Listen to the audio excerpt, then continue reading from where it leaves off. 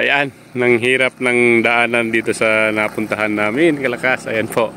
Kasi may installation kami dito. Malayo. Kaya ang hirap po yung kalsada lalo't umulan kahapon. Kailan pa itulak yung motor?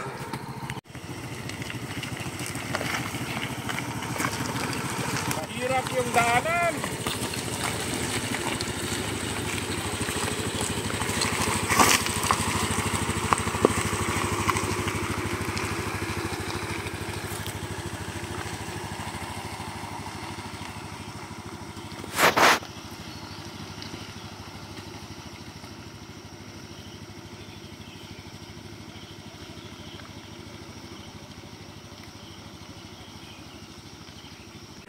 Hirap kasi yung daanan natin dito. Dati maganda yung daanan dito, nakakadaan ang mga sasakyan, kaso lang nung nasira po yung yung isang tulay doon, wala na pong dumadaan na mga sasakyan, motor. Pwede pero pahirapan po. Ayan Yan. Yan po ang sakripisyo namin, naghahanap buhay. Po yung yung papuntang Balani Fire, yung kalsada ito. So, yan na po yung piyak na po yan. So, sige lang. Yan po yung buhay na rock na po. Kaya napakahirap po yung daan na yan. Ayun ang kasama ko, nandun na sila. Yan na naman, isang mahirap na naman to. Yun, yun. Single motor pa yan, Kalakas. So, mga ilang buwan na kasing walang dumadaan na mga 4 wheels dito. Magmula nung nasira yung tulay doon na dinadaanan namin. Kaya medyo nagkaganito na yung kalsada. Kasi wala masyadong dumadaan. Pero sige lang, tuloy tayo para sa paghahanap buhay. Buti na lang tinanggal yung yung nakaharang na natumbang puno ng mangga siguro to. Hindi na nadadaanan ng motor. Hindi na kami pwedeng bumalik dahil mas malayo na yung pinanggalingan namin magmula dito po sa amin. So ayan, tuloy-tuloy tayo. Yung kalsada ayan niya, tignan niya. Buti na lang tinanggal po yung dito, nakaharang na na puno ng mangga. Po, talagang medyo nahirapan kami ngayon dito sa pagpunta dito. Dati maganda, dire-diretso yung daanan dito. Dahil sa umulan, di ko rin naisip. Pero okay na yan, dahil para makapag kami. Ayan. Lo! Batang matay, durong yung motor. Das-dasan ka pengin, hel. Yan po, akin. Mahirapan na naman. Kaya itutulak.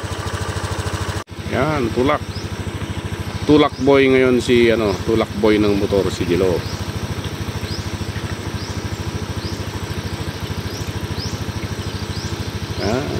Sige, kaya yan. Malakas yan.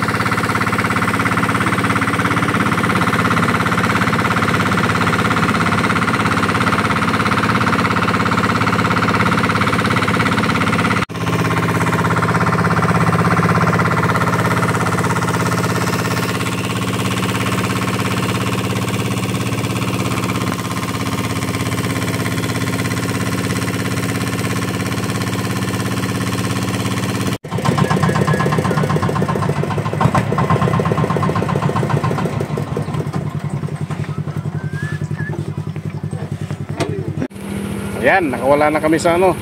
Nandito kami sa highway na ngayon. Wala na kami sa mahirap na daan. Kung saan saan na kami lumusot. Ayan yung mga kasamaan ko. Ayan. Okay na rin. Doon kami nanggaling. Doon sa bundok na yun. O, kita nyo. Dahil sa naunsyaming installation namin, sa hirap ng dinaanan namin kalsada at saka ayan, nagutom, kaya umorder na lang kami ng pansit. Na po yung order namin at kakain na tayo ng pansit. Sarap nito. Yun kayo. Yan. Yung kay Jilo. Overload yan, lo. Sarap niya. Ayan, dumating na yung order namin. Ang sarap niyan. Overload talaga. Tanggal ang gutom dito. Ayan, tingnan nyo po. Napakaraming toppings. Maglagay tayo ng sibuyas. Ayan, si Tito Ohel. Sarap. Sa pagkain niyang pansit kahit si Jilo Boy.